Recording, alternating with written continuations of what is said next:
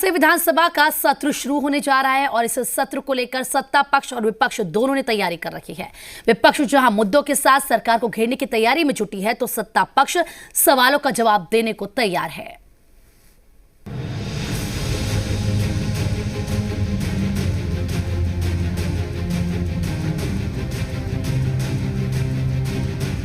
मुद्दों से सरकार को घेरने की तैयारी, जवाब के साथ सरकार भी है तैयार।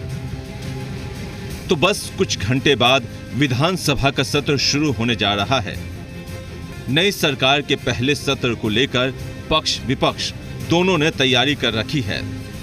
सरकार को कैसे घेरना है और सरकार कैसे जवाब देगी, इसको लेकर पूरी तैयारी है। लेकिन विपक्ष मजबूती के साथ उन सभी सवालों को सड़क से लेकर सदन तक जरूर उठाएंगे जिन सवालों को लेकर के हम जनता के बीच में गए हैं। हम तो रोजगार 19 लाख देने का जो भाजपा ने वादा किया, एनडीए ने वादा किया, उस पर भी हम नोक करेंगे कि आप कब तक ये कार्रवाई शुरू कर रहे हैं। विपक्ष भी जो है लोकतांत्रिक व्यवस्था में सत्ता पक्ष का एक अंग ही होता है। विधानसभा के सत्र में 23 और 24 नवंबर को नए सदस्यों को शपथ दिलाई जाएगी।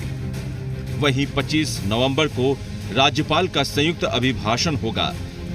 26 और 27 नवंबर को ही सिर्फ विधान परिषद की कार्यवाही आयोजित होगी। यानी विधानसभा की कार्यवाही तो 5 दिनों की होगी, लेकिन विधान परिषद की कार्यवाही मात्र 2 दिनों की ही होगी। नवगठित नीतीश मंत्रिमंडल का ये पहला विधानसभा सत्र होगा। इस छोटे से सत्र में बड़ा संग्राम होना तय माना जा रहा है। ये अभी के बयानों से ही लग रहा है।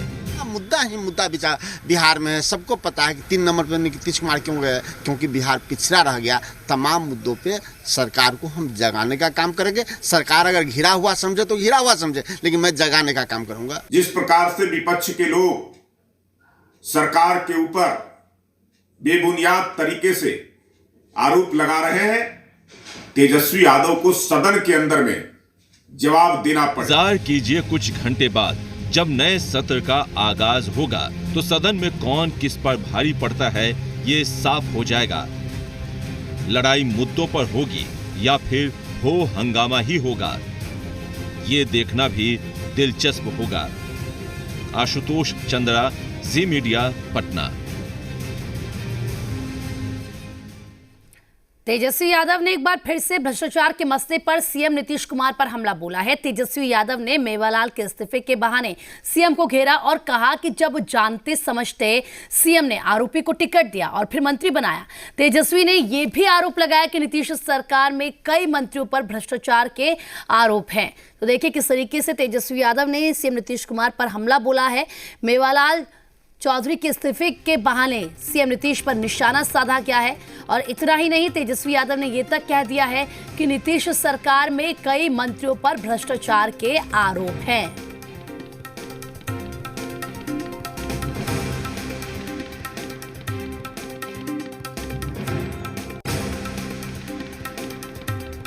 इस तरीके से नई सरकार पर लगातार विपक्ष हमला बोल रहा है और तेजस्वी यादव ने एक बार फिर से मोर्चा खोल दिया है। लगातार नई सरकार पर सवाल खड़े कर रहे हैं। मेवालाल के इस्तीफे से किस तरीके से अब यहां पर सरकार को घेरने की पूरी कोशिश विपक्ष की नजर आ रही है। भ्रष्टाचार का सीधा सीधा आरोप विपक्ष लगा रहा है सरकार पर और ये भी कहा जा रहा है कि कई जो मंत्री हैं वो भ्रष्टाचारी हैं, उन पर भ्रष्टाचार के आरोप हैं।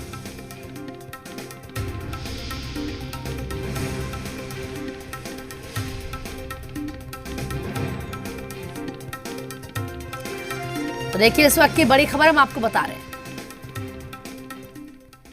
एक तरफ नए सत्र की शुरुआत होने जा रही है, दूसरी तरफ रीकाउंटिंग को लेकर सियासी घमासान मचा है। महागठबंधन के नेता अब इस मसले को लेकर कोर्ट जाने का भी फैसला किया है। रीकाउंटिंग की मांग पर राजनीति तेज। पटना हाईकोर्ट में अपील करेंगे शक्ति। करीब 12 सीटों पर रीकाउंटिंग की मांग।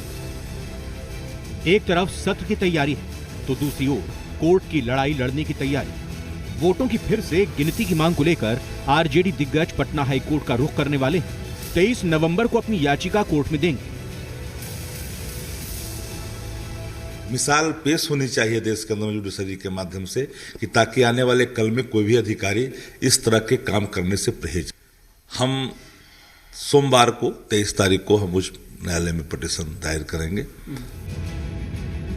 बात सिर्फ शक्ति यादव की नहीं, बल्कि करीब 12 सीटें ऐसी हैं जहां महागठबंधन फिर से वोटों की गिनती चाहता है। हिलसा सीट से शक्ति यादव 12 वोटों से हार गए, इसे लेकर शक्ति यादव कोर्ट जाने वाले हैं। इसके अलावा गोपालगंज की भोरे सीट से सीपीआई एमएल 462 वोटों से हार गए, इसे लेकर भी विवाद है। शेखपुरा के बरबीघा सीट पर कांग्रेस के उम्मीदवार गजानंद शाही जेडीयू के सुदर्शन कुमार से महज 113 वोटों से चुनाव हार गए। बेगूसराय के बछवाड़ा सीट पर बीजेपी के सुरेंद्र मेहता ने सीपीआई के अवधेश कुमार राय को महज 464 वोटों से हराया। चकाई विधानसभा सीट पर आरजेडी प्रत्याशी सावित्री देवी को निर्दलीय उम्मीदवार सुमित कुमार सिंह ने 581 वोटों से हरा दिया। खगड़िया के परबत्ता सीट पर आरजेडी के प्रत्याशी दिगंबर प्रसाद तिवारी को जेडीयू के संजीव कुमार से 951 वोटों से हार का सामना करना पड़ा। मुंगेर विधानसभा सीट पर बीजेपी के प्रत्याशी प्रणव कुमार ने आरजेडी उम्मीदवार अविनाश कुमार विद्यार्थी को 1244 वोटों से हराया। सकरा विधानसभा सीट पर कांग्रेस के उमेश कुमार राम को जेडीयू के अशोक कुमार ने 1537 मतों से चुनाव हरा दिया।